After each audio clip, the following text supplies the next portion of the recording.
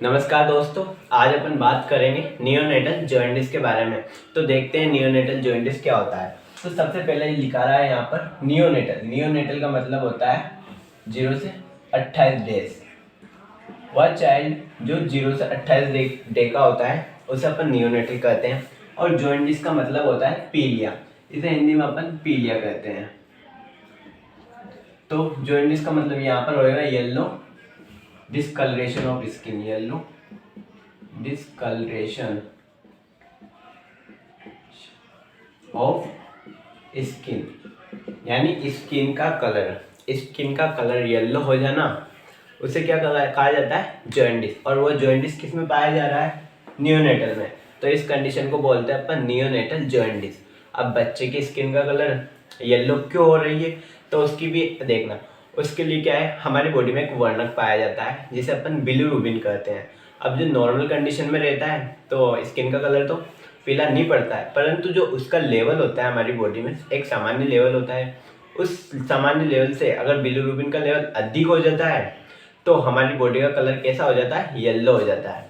तो इसे अपन जॉइंटिस कहते हैं। और बिलीरुबिन का लेवल अत्यधिक बढ़ जाता है तो उसे हाइपर बिलीरुबिनेमिया कहा जाता है।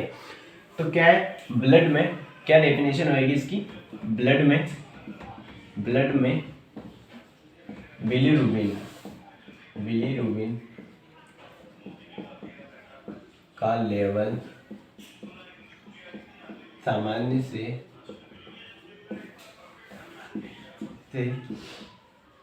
अधिक हो जाना क्या कहलाता है? हाइपर बिलीरुबिनेमिया। हाइपर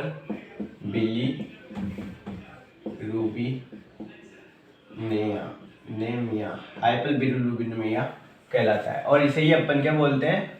नियोनेटल जॉइंटिस या जॉइंटिस। इसमें क्या होता है? स्किन कलर पीला हो जाता है। क्या पढ़ा अपन ने? Neonatal jaundice. नियोनेटल 0 से 28 का चाइल्ड होता है।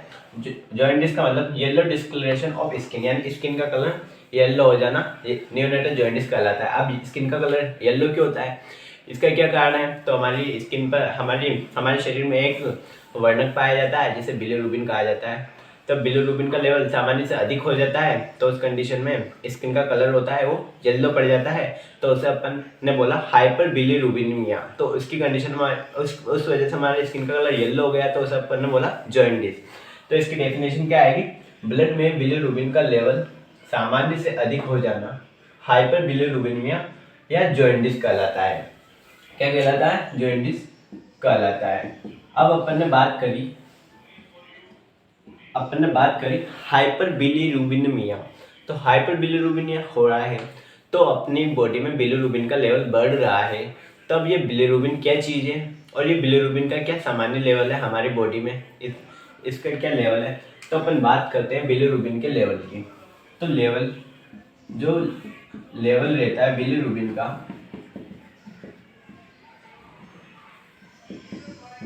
का जो नॉर्मल लेवल रहता है वो हमारी बॉडी में रहता है, मतलब कि जो चाइल्ड रहता है उसकी बॉडी में रहता है 0.9 mg/dl। ठीक है।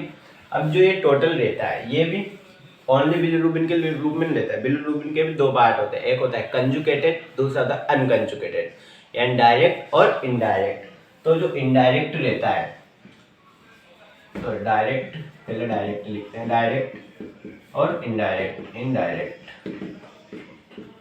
जो डायरेक्ट बिलीरुबिन रहता है, उसका जो लेवल रहता है वो रहता है 0.3 mg/dl। और इनडायरेक्ट रहता है उसका लेवल रहता है 0.6 mg/dl। इसे डायरेक्ट को अपन कंजुगेटेड बिलीरुबिन भी कहते हैं और इनडायरेक्ट को अपन अनकंजुगेटेड बिलीरुबिन भी कहते हैं।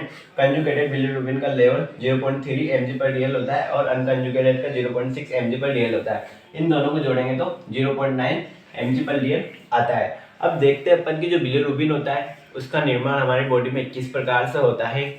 तो उससे पहले अपन देखते हैं जॉइंटिस पढ़ा अपन ने। जॉइंटिस क्या होता है? Yellow discoloration of skin, this is known as neonatal jaundice. तो ये क्यों हो रहा है, बिलीरुबिन का लेवल सामान्य से अधिक हो जाता है, तो उस कंडीशन में येलो डिस्कलरेशन हो रहा है, तो इसलिए अपन ने इसे हाइपर बिलीरुबिनिया भी कहा जाता है। इस डिजीज को एक और नाम से जाना जाता है, वो है हाइपर बिलीरुबिनिया के नाम से जाना जाता है। बिलीरुबिन का नॉर्मल लेवल देखा अपन ने 0.9 mg/dl। इसमें डायरेक्ट और इनडायरेक्ट दो है। डायरेक्ट कितना होता है 0.3 mg/dl, इनडायरेक्ट 0.6 mg/dl।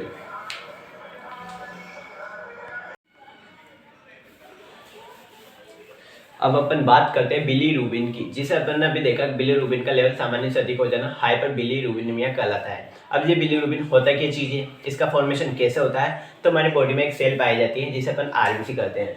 क्या कहते हैं, आरबीसी, रेड ब्लड सेल, जो बहुत ही एक इम्पोर्टेंट सेल होती है जो ब्लड को कलर प्रदान करने का कार्य करती है। ठीक है, तो अब इसका हेमोलाइसिस होता है। क्या होता है, हेमोलाइसिस। हेमोलाइसिस का मतलब होता है आरबीसी का टूटना। जो इसका जीवन काल होता है एक फिक्स होता है। एडल्ट में इसका जीवन काल 120 दिन का होता है और चाइल्ड में इसका जीवन काल 80 से 90 दिन का होता है। क्या होता है, एडल्ट में तो होता है 120 दिन, और जो चाइल्ड होता है उसमें होता है 80 से 90 दिन। ठीक है, 80 से 90 दिन का इसका जीवन काल होता है, तो वह टूटेगी, हेमोलाइसिस होएगा। अब इसका हेमोलाइसिस कहाँ पर होता है, स्प्लीन में होता है। कहाँ पर होएगा, हेमोलाइसिस कहाँ पर, स्प्लीन में। स्प्लीन जिसे अपन प्लिया कहते हैं, इसलिए स्प्लीन को अपन क्या बोलते हैं, आरबीसी का कब्रिस्तान। क्यों, क्योंकि इसमें आरबीसी का ब्रेक डाउन हो रहा है।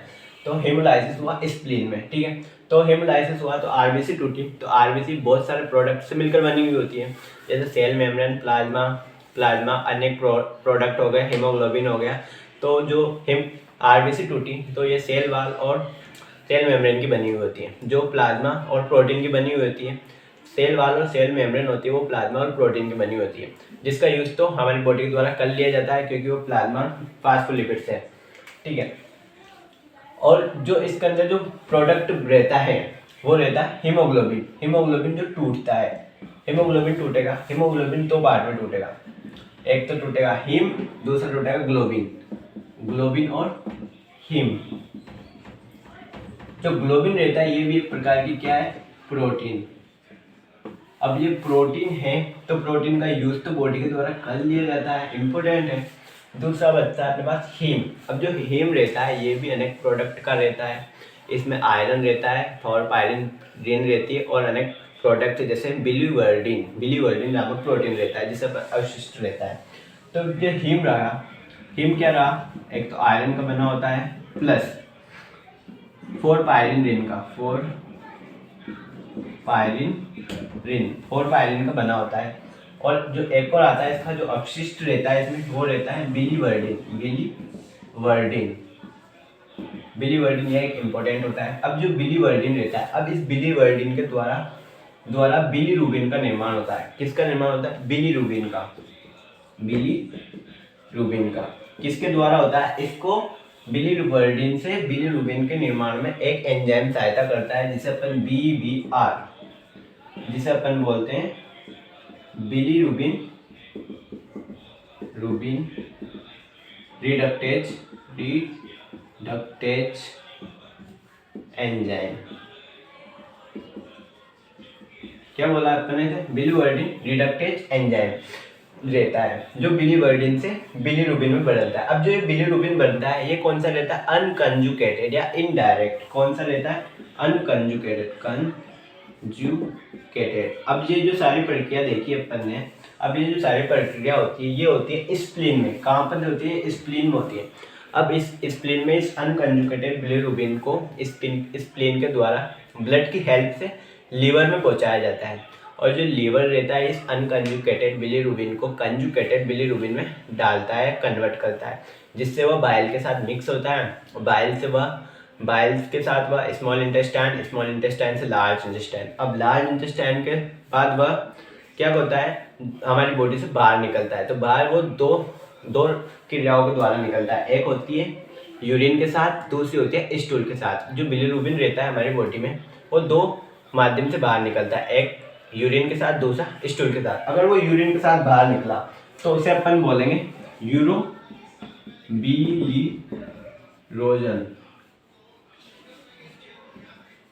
और वो स्टूल के साथ निकलता है तो उसे बोलते हैं स्टेरको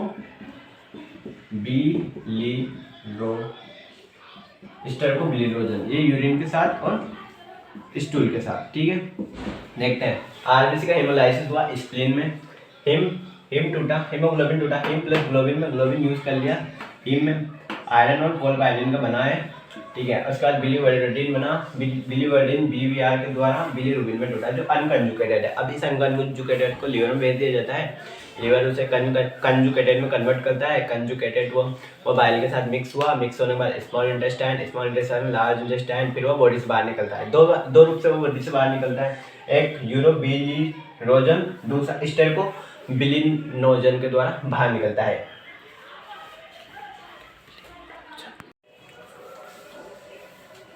अब अपन बात करते हैं जॉइंटिस के टाइप के बारे में। तो जॉइंटिस मेनली दो टाइप का होता है, एक तो होता है फिजियोलॉजिकल, दूसरा होता है पैथोलॉजिकल। जॉइंटिस कितने प्रकार का होता है? दो टाइप का, एक होता है फिजियोलॉजिकल, दूसरा होता है पैथोलॉजिकल, ठीक है। जो फिजियोलॉजिकल जॉइंटिस होता है तो उसे कब कहेंगे अपन? जब बच्चे में जॉइंटिस के सिम्टम्स, जब बच्चे में जॉइंटिस के सिम्टम्स बर्थ के 2 या 3 दिन बाद उत्पन्न होते हैं तो उसे अपन ने बोलेंगे फिजियोलॉजिकल जॉइंटिस। कब? बर्थ के 2 या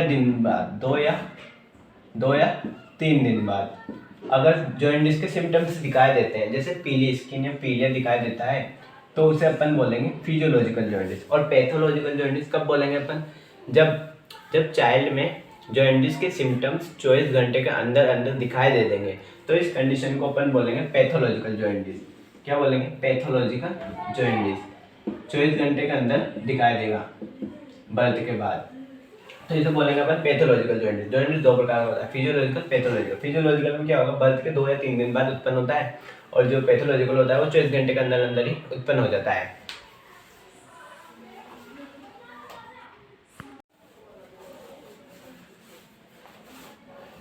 अब बात कर लेते हैं अपन फिजियोलॉजिकल जॉइंटिस के बारे में। तो अपन देखा था फिजियोलॉजिकल जॉइंटिस होता है वो चाइल्ड के जन्म के 2 या 3 दिन बाद उत्पन्न होता है, यानी जो बच्चे का जन्म हुआ है उसके 2 या 3 बाद अगर पीलिया के सिम्टम्स अपन को दिखाई देते हैं तो उस जॉइंटिस को अपन फिजियोलॉजिकल जॉइंटिस कहते हैं। अगर टर्म और प्री टर्म बेबी है तो उसके इस प्रकार के जॉइंटिस होने की संभावना कितनी रहेगी? अगर टर्म का मतलब होता है मैच्योर बेबी है तो उसमें फिजियोलॉजिकल जॉइंटिस होने की संभावना 50% रहेगी। और प्री टर्म यानी प्री मैच्योर बेबी है तो उसके होने की संभावना 60% रहती है। अब जो इनका रिकवरी रहती है, अब जो ये फिजियोलॉजिकल जॉइंटिस होता है वो स्वतः ही ठीक हो जाता है। किसमें? चाइल्ड में ये फिजियोलॉजिकल जॉइंटिस होता है वो स्वतः ही ठीक हो जाता है। तो इसकी जो रिकवरी होती है अगर टर्म बेबी में देखें तो लगभग 1 वीक या 7 दिन, ठीक है। और जो प्री टर्म बेबी रहता है, प्री मैच्योर बेबी रहता है, उसकी जो रिकवरी रहती है वो 2 वीक या 14 डेज में ये बेबी ठीक होता है। क्या पढ़ा अपन ने? 2 या 3 दिन बाद उत्पन्न होता है जॉइंटिस के लक्षण, तो उसे अपन फिजियोलॉजिकल जॉइंटिस कहते हैं। टर्म बेबी में 50% संभावना होती है और प्री टर्म 60%। तो इसकी रिकवरी देखते हैं तो टर्म बेबी में इसकी रिकवरी 1 वीक यानी 7 दिन में हो जाती है, पर प्री टर्म में इसकी रिकवरी 14 दिन में होती है। अब जो फिजियोलॉजिकल जॉइंटिस होता है इसके क्या क्या कारण होते हैं जिससे बेबी में फिजियोलॉजिकल जॉइंटिस होता है? तो सबसे पहला देखते हैं increase load of bilirubin on liver cells. जो लीवर सेल्स होती है उनके ऊपर बिलीरुबिन का लेवल ज़्यादा हो गया, हाई हो गया, तो उस कंडीशन में अपन को फिजियोलॉजिकल जॉइंटिस देखने को मिलेगा। तो लीवर सेल होती है उनके ऊपर बिलीरुबिन का लेवल ज़्यादा क्यों होता है? तो उसके लिए फर्स्ट कंडीशन है इंक्रीज वॉल्यूम ऑफ आरबीसी की वॉल्यूम है वो बढ़ती है। किसमें? चाइल्ड में आरबीसी की वॉल्यूम कितनी होती है? अपन ने भी देखा था जो चाइल्ड होता है उसमें आरबीसी की वॉल्यूम रहती है, ज़्यादा रहती है। किससे? एडल्ट की तुलना में ज़्यादा रहती है, और उसका जीवन काल जो रहता है वो कम रहता है। मतलब कि उसकी संख्या तो ज़्यादा रहती है और उसका जीवन काल कम रहता है। तो इंक्रीज वॉल्यूम ऑफ आरबीसी संख्या ज़्यादा रहेगी तो आरबीसी का हेमोलाइसिस ज़्यादा होगा तो बिलीरुबिन भी ज़्यादा बनेगा। तो इसलिए लीवर सेल के ऊपर बिलीरुबिन का लेवल ज़्यादा हो जाएगा। इसलिए वो ठीक से कार्य नहीं कर पाएगी और उस कंडीशन में बिलीरुबिन ठीक से एक्सक्रिएट नहीं होगा तो क्या बन जाएगा, फिजियोलॉजिकल जॉन्डिस। अब आता है एक्सेसिव डिस्ट्रैक्शन ऑफ आरबीसी। जब आरबीसी की संख्या ज़्यादा है और उसका जीवनकाल कम है तो उसका डिस्ट्रैक्शन बहुत ही ज़्यादा होगा, डिस्ट्रैक्शन भी जल्दी होएगा तो excessive distraction of RBC, RBC ज़्यादा टूटेगी तो बिलीरुबिन ज़्यादा बनेगा, बिलीरुबिन ज़्यादा बनेगा तो लीवर सेल पर लोड बनेगा, लोड बना तो वो ठीक से एक्सक्रीट नहीं कर पाए बिलीरुबिन को, आगे नहीं भेज पाए, बाइल के साथ मिक्स नहीं कर पाए और वो बाहर नहीं निकला। तो उस कंडीशन में आपको फिजियोलॉजिकल जॉन्डिस देखने को मिलेगा। नेक्स्ट बात करते हैं अपन failure excretion bilirubin by liver. जे अपन ने बात करी अपन जो लीवर है, लीवर के द्वारा बिलीरुबिन का एक्सक्रेशन ठीक प्रकार से नहीं कर पाना। क्यों नहीं कर पाना, फिजियोलॉजिकल जॉन्डिस है। फिजियोलॉजिकल में क्या आता है, शारीरिक डिजीज है, यानी अगर उसका लीवर इमेच्योर है, लीवर का निर्माण ठीक से नहीं हुआ तो बिलीरुबिन का ठीक से एक्सक्रीट नहीं कर पाता है। थर्ड बात करते हैं अपन unconjugated bilirubin not converted conjugated bilirubin. अभी अपन ने देखा था जो स्प्लीन होता है, स्प्लीन के द्वारा अनकंजुगेटेड बिलीरुबिन को लीवर में लाया जाता है ब्लड की सहायता से। अब अनकंजुगेटेड बिलीरुबिन लीवर में आ गया, पर उस लीवर के द्वारा उस अनकंजुगेटेड बिलीरुबिन को कंजुगेटेड बिलीरुबिन में कन्वर्ट नहीं कर पाना, या लीवर के द्वारा अनकंजुगेटेड बिलीरुबिन को कंजुगेटेड में नहीं कर पाना, कंजुगेटेड में ट्रांसफर नहीं कर पाता है, तो उस कंडीशन में भी अपन को फिजियोलॉजिकल जॉन्डिस देखने को मिलता है। अब जो अनकंजुगेटेड या इनडायरेक्ट बिलीरुबिन रहता है वो कंजुगेटेड बिलीरुबिन में किस प्रकार बदलता है, यानी कौन सा वो ऐसे स्ट्रक्चर या एंजाइम होता है जो अनकंजुगेटेड को कंजुगेटेड में बदलता है, यानी इनडायरेक्ट को डायरेक्ट में बदलता है। तो वो एंजाइम होता है ग्लूकोरोनिल ट्रांसफेरेज एंजाइम। कौन सा एंजाइम, ग्लूकोरोनिल ट्रांसफेरेज एंजाइम। अब जो ग्लूकोरोनिल ट्रांसफेरेज एंजाइम रहता है उसका लेवल डिक्रीज होता है, अगर उसका लेवल कम होता है तो अनकंजुगेटेड कंजुगेटेड में नहीं बदलेगा, तो इसलिए अपन को फिजियोलॉजिकल जॉन्डिस देखने को मिलता है। क्या देखा अपन, फिजियोलॉजिकल जॉन्डिस 2 या 3 दिन बाद सिम्टम दिखते हैं तो फिजियोलॉजिकल जॉन्डिस कहलाता है।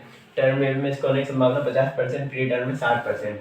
Recovery 1 week 2 week. Cause increase load of bilirubin on liver cell के ऊपर बिलीरुबिन की संख्या अधिक हो जाना। तो वो क्यों होती है, इंक्रीज वॉल्यूम ऑफ आरबीसी की संख्या ज्यादा होने के कारण, excessive of RB, excessive destruction यानी आरबीसी का अत्यधिक मात्रा में टूटने के कारण। दूसरा है failure excretion bilirubin by liver immature है तो उसका एक्सक्रीशन ठीक से नहीं कर पा रहा है। तीसरा है unconjugated bilirubin not converted conjugated bilirubin, and जो अनकंजुगेटेड बिलीरुबिन रहेगा वो अगर कंजुगेटेड बिलीरुबिन में नहीं बदला तो वो बाइल के साथ मिक्स नहीं होगा तो आगे नहीं जाएगा और यूरिन के साथ और स्टूल के साथ बाहर पास आउट नहीं होगा, और बाहर पास आउट नहीं हुआ तो सीरम में बिलीरुबिन का लेवल बढ़ जाएगा। सीरम में बिलीरुबिन का लेवल बढ़ना क्या कहलाता है, हाइपर बिलीरुबिनेमिया, और उसे अपन ने नियोनेटल जॉन्डिस कहा है।